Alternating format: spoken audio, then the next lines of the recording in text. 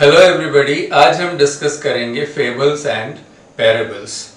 तो फेबल्स और पैराबल्स में क्या डिफरेंस है और इनका मतलब क्या होता है, इनका ओरिजिन क्या है, इन्हीं कुछ चीज़ों के बारे में आज मैं आपको यहाँ पर बताने वाला हूँ। तो फेबल्स से हम शुरू करते हैं। फेबल्स जिसे हम नीति कथा भी कहते हैं, तो ये वास्तव में एक शॉर्ट स्टोरी होती है जो प्रोज या वर्स में हो सकती है। इसमें plants, animals, legendary creatures, inanimate objects और फोर्सेस ऑफ नेचर कैरेक्टर्स की तरह यूज़ किए जाते हैं। ये बोलते हैं, ये अपने आप को एक्सप्रेस कर सकते हैं और इनके थ्रू कोई मॉरल कन्वे किया जाता है, यानी कि कोई इनका मॉरल होता है जिनसे हमें कोई लेसन या शिक्षा हमें मिलती है। तो ऐसी कहानियाँ जो है इन्हें हम फेबल्स कहते हैं। और कई सारी फेबल्स जो हैं हमारे आसपास प्रचलित हैं, काफ़ी पॉपुलर हैं। और अगर हम इनकी बिगिनिंग की बात करें या इनकी शुरुआत की बात करें तो एक ग्रीक फैबुलिस्ट का नाम आपने सुना होगा, ईसप या ईसोप जिन्हें हम कहते हैं। तो वहां से ईसप जो है 550 बीसी में एक ग्रीक फैबुलिस्ट हुआ करते थे, जो वास्तव में एक स्लेव थे, गुलाम थे। और इनके नाम से कई सारी स्टोरीज, कई सारी फेबल्स जो हैं आज भी पॉपुलर हैं, जिन्हें हम ईसप्स फेबल्स के नाम से जानते हैं। तो ये जो कहानियाँ हम सुनते हैं, the crow and the pitcher या thirsty crow, hare and tortoise, और इसी तरह से ग्रेप्स आर सॉर, तो ये जो कहानियाँ हैं ये सब ईसप्स फेबल्स का एक हिस्सा है, पार्ट है, और उन्हीं में से ली गई हैं। तो पूरा जो एक तरह से हम कह सकते हैं ग्रीक वर्ल्ड, वहाँ ईसप्स फेबल्स जो हैं वो आज भी प्रचलित है। और इवन वही नहीं, पूरे वर्ल्ड में ईसप के नाम से आज भी कई सारी फेबल्स हैं जो ईसप्स फेबल्स कही जाती हैं या जो उनका हिस्सा है। तो फेबल्स में जैसा मैंने कहा कि जो मॉरल है वो इतना ऐसा होता है जिसे हम सेइंग के रूप में या अफोरिज्म, हम कहें सुक्तियों के रूप में यूज़ कर सकते हैं, कहावत के रूप में यूज़ कर सकते हैं। ऐसे फेबल्स होते हैं और फेबल्स में ऐसा होना ज़रूरी होता है, मतलब ये उसका एक पार्ट है।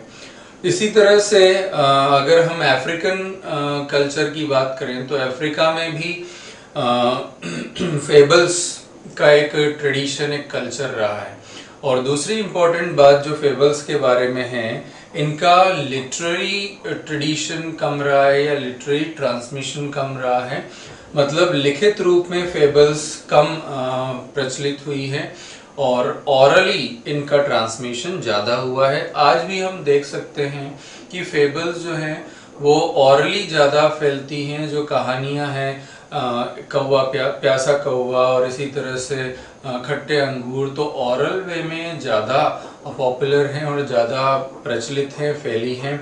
अगर आपने या हमने भी कहीं इनको अगर हम जानते हैं तो ऑरल फॉर्म में ही हम इनको ज़्यादा जानते हैं कि दादाजी से सुनी हुई या इसी तरह से कहीं और से सुनी हुई कहानियाँ जो हैं वो आज हमारे बीच में प्रचलित है। तो ऑरल ट्रांसमिशन इनका ज़्यादा रहा है।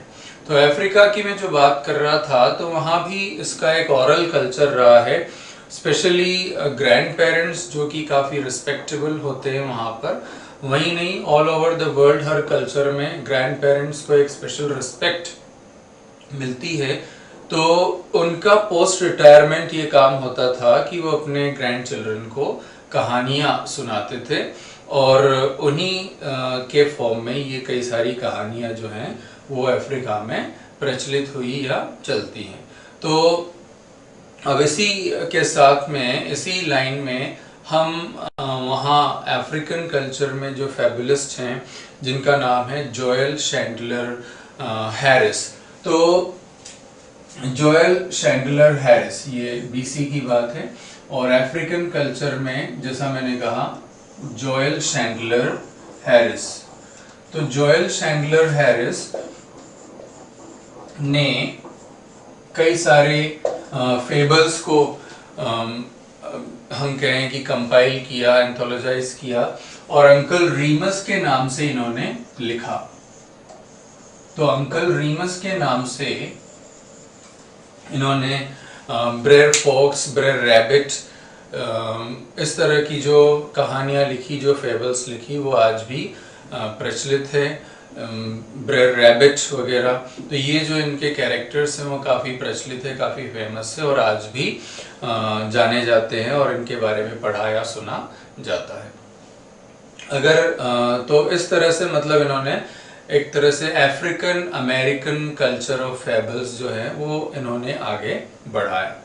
और अगर मैं इंडिया की बात करूं तो इंडिया में जातक जो कहानियां हैं और पंचतंत्र की जो कहानियां हैं, विक्रम बेताल वगैरह जो सब जानते हैं ऑलमोस्ट, तो वो सब हमारे फेबल्स का ही एक हिस्सा है, हमारे फेबल्स ही हैं और आज भी वो कई तरह से हमारे बीच में हैं। वो कहानियाँ आज भी लोगों को पता है।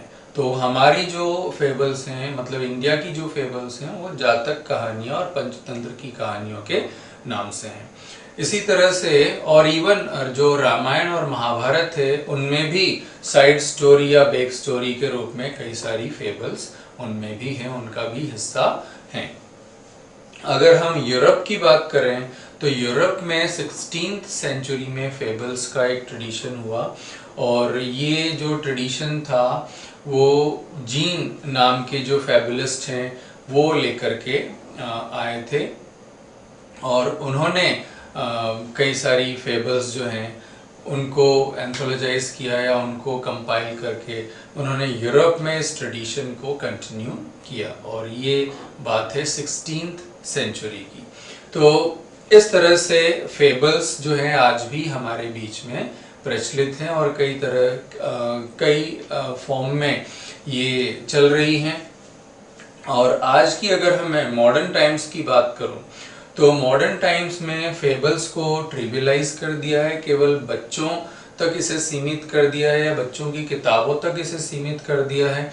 उसके अलावा इनका इम्पोर्टेंस जो है वो नहीं है, ऐसा आज के दौर में हमने ऐसा कर दिया है, जबकि ऐसा नहीं है। इनके जो मॉरल्स हैं वो सबके लिए काफ़ी इम्पोर्टेंट हैं और हमें उनसे वास्तव में सीख लेनी चाहिए। हमारी लाइफ को एक दिशा देने का वो काम कर सकते हैं और उनमें इतना सब्सटेंस है कि वो किसी को भी एक सबक सिखा सकते हैं, दे सकते हैं। तो ऐसा हम कह सकते हैं फेबल्स के लिए। और जहाँ तक पैरेबल्स की बात है तो ये तो सारी फेबल्स की बात।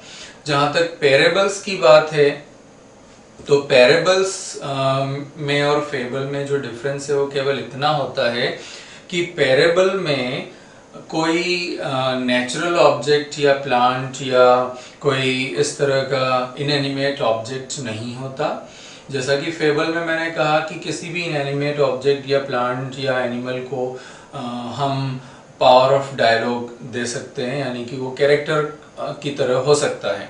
लेकिन पैरेबल में ऐसा नहीं होता। बस डिफरेंस केवल यही इसमें मेनली होता है और ये भी एक तरह से मॉरल स्टोरी ही होती है और एक तरह से किसी भी एथिकल कॉन्सेप्ट को एक्सप्लोर करती है एक्चुअल में। यानी कि हमें हमारे जो नैतिकता है वो नैतिकता का संदेश देती है, जनरली इंस्ट्रक्टिव या डिडैक्टिक होती है। तो ऐसी जो कहानियां हैं उनको हम पैरेबल कहते हैं और स्पेशली जो बाइबल हैं, बाइबल की पैरेबल्स ज़्यादा प्रचलित हैं और कुछ स्कॉलर्स का तो ये भी मानना है कि केवल जो बिब्लिकल स्टोरीज हैं, जो जीसस के गॉस्पेल्स हैं, वही पैरेबल्स हैं और दूसरे कुछ पैरेबल्स नहीं हैं। हालांकि किसी भी जो एलिगरिकल स्टोरी है उसे हम पैरेबल कह सकते हैं। इम्पॉर्टेंट ये है कि उसमें कोई संदेश हो, उसमें कोई मॉरल हो, ऐसा होना जरूरी है। तो जीसस के गॉस्पेल्स में भी अगर मैं बात करूं जो काफ़ी ज़्यादा प्रचलित है, जैसे कि अगर हम बात करें प्रोडिगल सन काफ़ी प्रचलित है, गुड समैरिटन काफ़ी प्रचलित है, इसी तरह से पैराबल ऑफ 10 वर्जिन्स काफ़ी प्रचलित है। और इसके अलावा अगर हम बिब्लिकल पैराबल से अलग चलें तो हम रूस्टर प्रिंस की बात कर सकते हैं, फादर एंड सन की बात कर सकते हैं। तो ये पैराबल्स जो हैं वो काफ़ी प्रचलित हैं। तो इनका बार बार जिक्र किया जाता है, बार बार ये हमें सुनने या पढ़ने को मिल जाते हैं। तो ये हुआ डिफरेंस फेबल और पैराबल के बीच में। आई होप आपको ये डिफरेंस समझ में आया होगा।